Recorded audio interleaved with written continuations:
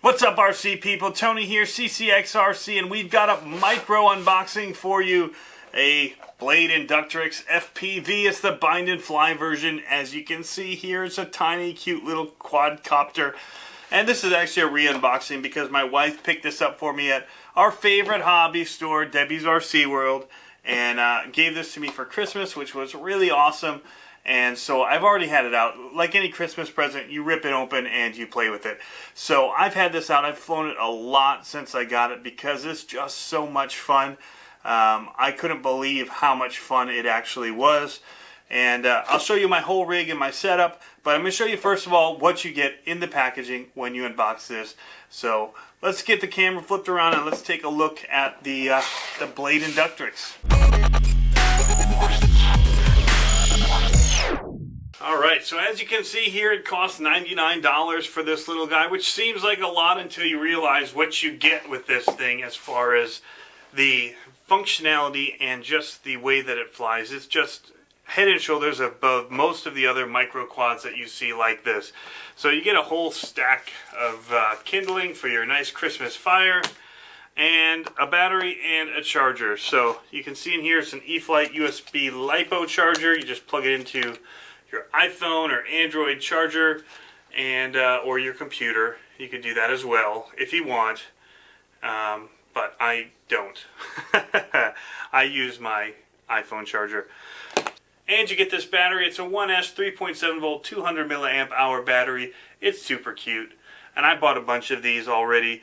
And this is a 45C. I picked up some 50C batteries that are 220 milliamp hour. Gives you a little bit more flight time. And I got a whole board that I use to charge 6 of them at a time, or 5 of them. I don't remember, but you can charge multiple at a time off of your advanced charger if you have one. If not, you can get a bunch of these and you charge them. It only takes they say a couple minutes. I don't know exactly what the time is. It doesn't take very long to charge using this simple system that they've got in place for you. So alright, so we'll get the quad out of here. It's a tight fit. So you've got ducted fans on this. As you can see, the propellers are ducted, which helps with noise, but it also gives it some more thrust. It's very flexible, just plastic. In fact, a lot of people sell like carbon fiber stiffeners that you can put on the base here to keep these from moving and just keep it nice and stiff to get just better flight and more durability. In here is our tiny little camera. Check that out. This thing works really well through your goggles or your FPV system. So it works on a 5.8 gigahertz channel. So if you have a headset that works on that frequency or a monitor, you should be good to go with this thing. With this, they say you get about 3 minutes of flight time. Sometimes I get a little bit more, sometimes I get a little bit less. But typically I get about 3 to 4 in that range. And as it gets lower, as you get to that 3-minute mark though, you'll notice that you don't have the thrust. So if you're going fast, it's not getting a lot of lift. And so you'll notice that it's not, your control changes as you're flying it longer into your flight because the battery's wearing down. And so I bind mine, whoa, we gotta zoom out. Look at how tiny that is compared to the controller. Alright, so this is the system that I use for flying this. You can see how small this quad actually is, you know, even in your hand. It's just really tiny.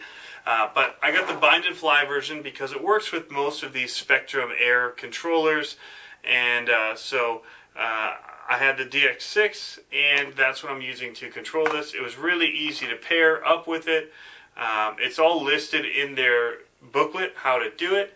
But it was very simple and quick, and within 5 minutes I had it bound and we were ready to go. So I've got some flight footage all ready for you guys that I recorded with the other part of my system. Let's just get all these in here. So this is my flight system for this, which just seems ridiculous for such a little guy like this to have this much power around it. But it's just so much fun when you fly it like this. So we're using the Fat SharK Dominator V3s. Which are a widescreen, and it stretches the image, but it's fine when you're flying. I don't really notice it that it's stretched. It just feels like it should, even though it is stretching, which would be weird if you were watching a movie or TV like that. but for some reason it works all right with this really wide angle lens. So I thought it was going to be really a bother because I'm a video guy, but it doesn't really bother me that much. So it's actually weird to see it when you get it on your computer and it's 4x3. So I use the Fat SharKs, which I've had now for just a short bit of time, and I've got some beefs with them that I'll explain probably in a video down the road. For the most part, really great experience with these, but some of the controls and stuff are just wonky, and you know, I don't like that they use the AVI format. I'm a Mac guy. AVI just don't work well with Mac. I don't know why they couldn't use MP4, something that seems to be more cross-platform than AVI. So that's kind of a small annoyance that I have with it. But I'll spend more time reading the manual on this, make sure it's not operator error on some of the things like record. But I can't actually get into the functions of the playback or any of that, because the second those pop up, it's so wavy and rolling, I can't actually see what I'm trying to select. So it's kind of a weird thing with these for me. So if any of you guys actually know or experience the same thing, let me know in the comments, because it's pretty much useless to have any features on the screen through this recording or through the playback, the video aspect of this. And then every once in a while, you know, I can't get it to record with a card or whatever. I have to unplug and mess around, and finally it works. But for the most part, it's been a good experience. I like that it has DVR, and so I like that. I really, really, really like this quadcopter. In fact, I've already got some more props coming for it, because I have kind of chipped these up a little bit. We play, my son and I, we play a little bit of tag with it, where I try and chase him, and he guards himself with a stick, and he'll hit it out of the air, or he'll knock it out of the air with his hands. It's a lot of fun, and so most of the parts are pretty easy to get for this and swap out. Really tiny screws in here, so I'm getting a new case for this. I want to have it green, so I'm doing green with green props. But you can get aluminum frames. There's all kinds of modifications and upgrades in the tiny Whoop style quadcopters that all fit within this kind of dimension and frame and are interchangeable, better motors and all of that. So really looking forward to modding this out in the future and showing you guys what I do with it. Alright, so that's the Tiny Whoop edition of the unboxing. This is the Blade Inductrix FPV, the bind and fly version. They have an RTR version that comes with a controller and with a monitor that you can view, and I think that's about 200 bucks. But it's a really, really fun system, so if you're looking to try and get into FPV, this is a great way. It can bump into things with these ducted propellers, and it just keeps on flying.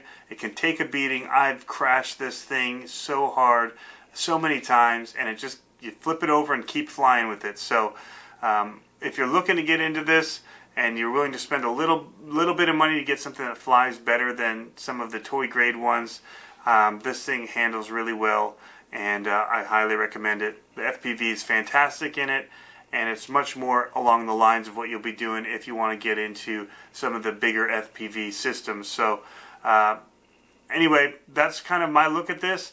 Again, I really like it, and I'll leave you guys with some run footage, and we'll catch you next time. Have fun RCing, guys.